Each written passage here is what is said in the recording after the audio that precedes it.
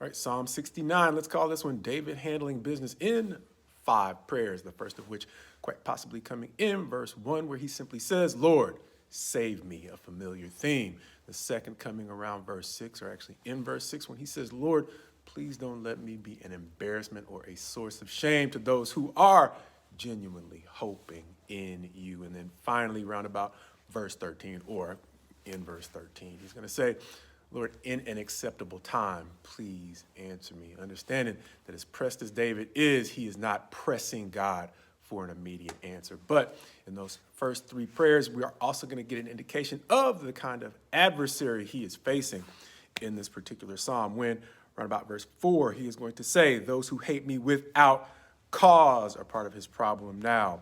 And around about verse 10, going on through verse 12, he is going to talk about those who, even after he humbled himself, looked on it as an opportunity to further humiliate David. And then going roughly from verses 19 through 21, he is going to describe enemies who had no pity on him, even when he had not done wrong, provoking his last 2 prayers that famously say around about verse 22, let their own table before them become a snare. Something we spent a little bit of time talking about the first time we went through the Psalms, basically seeming to fit into that pattern of times that he simply says, let them believe that they are walking with you, God, when they are really walking a path to destruction, which quite possibly leads into his last prayer in verses 27 and 28, where he says, add to them punishment upon punishment. May they have no acquittal from you.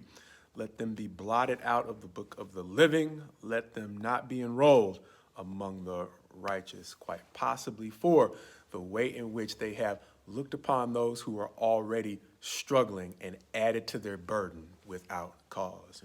All of which leads into the final set of verses going roughly from verse 29 on through verse 36, where David is going to describe the way in which no matter how much folks have been afflicted on the front end, God is willing to provide a rest and a cause for joy on the back end that we have described a party in the back. That's our theme this week. The mullet, the hairstyle described as business in the front, party in the back. And so in this psalm that is otherwise sobering because of the degree to which David is once again going through it, it still reminds us that God is going to come through for David on the back end and give him a cause for joy. But the thing that might have most caught my attention in this chapter was David's prayer.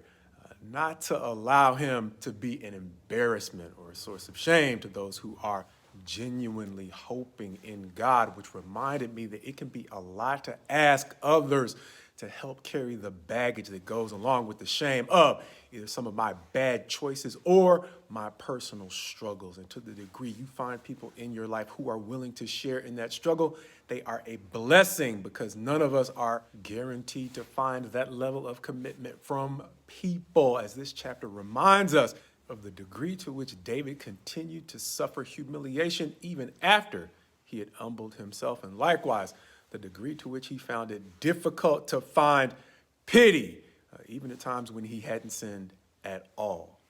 But even if David's genuine humility and best efforts were not enough to please everyone, they were enough to get him a new opportunity with God, as we see in the final few verses, as we mentioned, beginning around verse 29. But I am afflicted and in pain. Let your salvation, O God, set me on high.